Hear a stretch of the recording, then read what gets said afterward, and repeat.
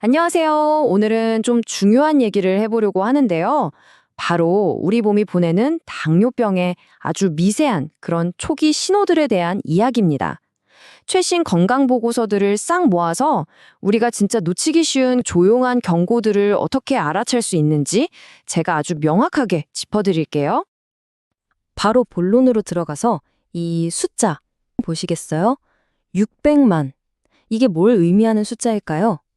바로 지금 우리나라에서 당뇨병을 앓고 있는 환자 수입니다. 무려 600만 명이라니. 이게 우리가 그냥 좀 많은가 보네 하고 넘길 수준이 아니에요. 정말 심각하게 그리고 아주 빠르게 늘고 있는 문제입니다. 근데 여기서 진짜 충격적인 사실이 하나 있습니다.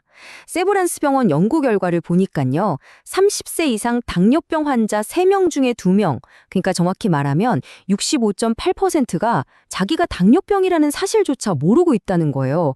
아니, 치료가 시급한 상태인데도 그냥 좀 피곤하네 하고 넘어가고 있다는 거죠.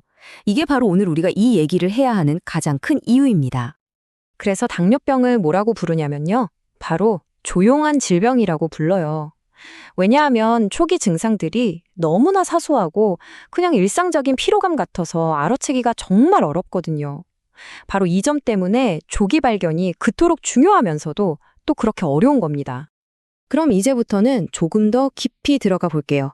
이런 신호들이 도대체 왜 나타나는 건지 그 과학적인 원리를 한번 파헤쳐 보겠습니다. 원인을 제대로 알아야 증상도 눈에 들어오기 시작하거든요. 이게 첫걸음이죠. 그러니까 우리 몸에서 도대체 무슨 일이 벌어지고 있길래 이런 증상들이 나타나는 걸까요? 그 근본적인 원인이 뭘까요? 핵심은 딱 2가지, 바로 인슐린과 포도당의 관계에 있습니다. 자, 쉽게 말해서요, 우리 몸에 인슐린이라는 친구가 혈액 속에 떠다니는 포도당, 그러니까 당을 에너지로 쓸 수 있게 세포 안으로 배달해주는 역할을 하거든요. 근데 이 배달이 제대로 안 되면 어떻게 될까요? 혈액 속에 포도당이 그대로 남아서 혈당 수치가 막 치솟게 되는 거죠. 그럼 우리 몸은 이거 큰일 났다 하면서 이 비정상적인 상황을 해결하려고 별의별 방법을 다 쓰기 시작하는 거예요. 바로 이 과정에서 우리가 이제부터 살펴볼 여러 증상들이 나타나게 되는 겁니다. 자, 그럼 이제 가장 중요한 부분입니다. 집중해서 들어주세요. 우리 몸이 보내는 이건 진짜 놓치면 안 된다 하는 5가지 핵심 위험 신호들. 지금부터 하나씩 아주 자세하게 알려드릴게요. 자, 첫 번째는요. 끊임없는 갈증이랑 입 마름이에요.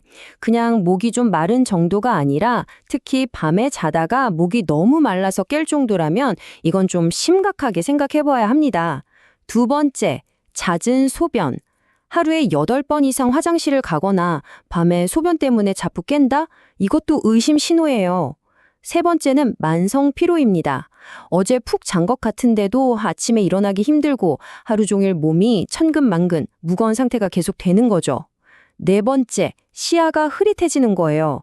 갑자기 눈앞이 뿌옇게 보이거나 초점이 잘 안 맞는 느낌이 드는 거죠. 그리고 마지막 5번째가 정말 중요한데요. 바로 이유 없는 체중 감소입니다. 다이어트도 안 하는데 2-3달 사이에 5kg 이상 쑥 빠졌다? 이건 우리 몸이 보내는 명백한 위험 신호입니다.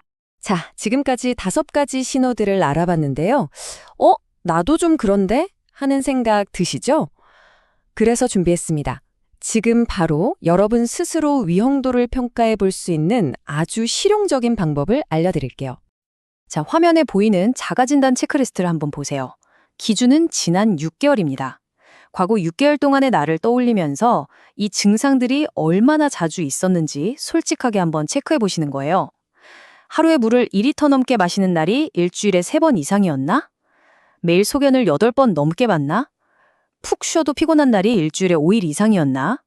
그리고 마지막으로 시야가 흐려지는 경험을 일주일에 2번 이상 했나? 한번 꼼꼼히 따져보세요. 자, 다들 체크해 보셨나요? 그럼 이제 그 결과가 뭘 의미하는지, 그리고 우리는 앞으로 어떻게 행동해야 할지 한번 알아보겠습니다. 만약에 체크한 항목이 하나도 없거나 딱 1개 정도에 해당된다면 일단은 안심하셔도 좋습니다. 현재로서는 위험도가 낮은 편이에요. 하지만 그렇다고 난 괜찮아 하고 방심하면 절대 안 됩니다. 특히 만 40세가 넘었거나 가족 중에 당뇨 환자가 있다면 지금처럼 건강한 습관 잘 유지하시면서 1년에 한 번씩은 꼭 혈당 검사를 받아보시는 게 중요합니다. 혹시 2개에서 3개 항목에 체크하셨나요? 그렇다면 이건 우리 몸이 보내는 주의 신호입니다. 당뇨병으로 가기 바로 전 단계, 즉 전당뇨이거나 위험군일 가능성이 꽤 높다는 뜻이거든요. 바로 지금이 정말 중요한 시기예요. 내 생활 습관을 싹 점검하고 미루지 말고 병원에 가서 정확한 혈액 검사랑 전문의 상담을 꼭 받아보셔야 합니다. 만약 4가지 항목이 모두 해당된다면 이건 정말 강력한 경고입니다. 당뇨병일 가능성이 매우 높다는 뜻이에요. 이건 나중에 가봐야지 할 문제가 절대 아닙니다. 지체하지 마시고 즉시 내과나 내분비내과 전문의와를 찾아가서 정확한 진단과 치료를 시작하셔야만 합니다. 이게 무서운 합병증을 막을 수 있는 유일한 길이에요. 참고로 말씀드리면 병원에 가면 바로 이런 의학적인 기준으로 진단을 내리게 됩니다. 8시간 굶고 잰 혈당이 126이 넘거나 지난 2, 3개월 평균 혈당을 보여주는 당화혈색소가 6.5% 이상이거나 하는 것들이죠. 이런 객관적인 숫자를 통해서 내 몸 상태를 정확하게 파악하게 되는 겁니다. 자, 지금까지 위험 신호에 대해 알아봤으니 이제는 희망적인 이야기를 해볼까요?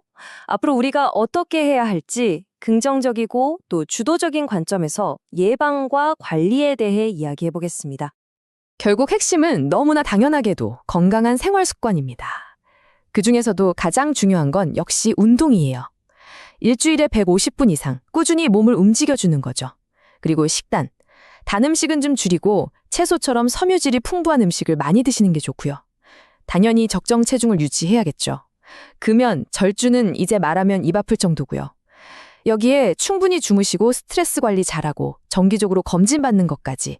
결국 내 건강은 다른 누가 아니라 바로 내 손에 달려있다는 걸 꼭 기억하셔야 합니다. 오늘 저와 함께 여러 신호들에 대해 알아봤는데요. 마지막으로 이 질문을 여러분께 드리고 싶습니다.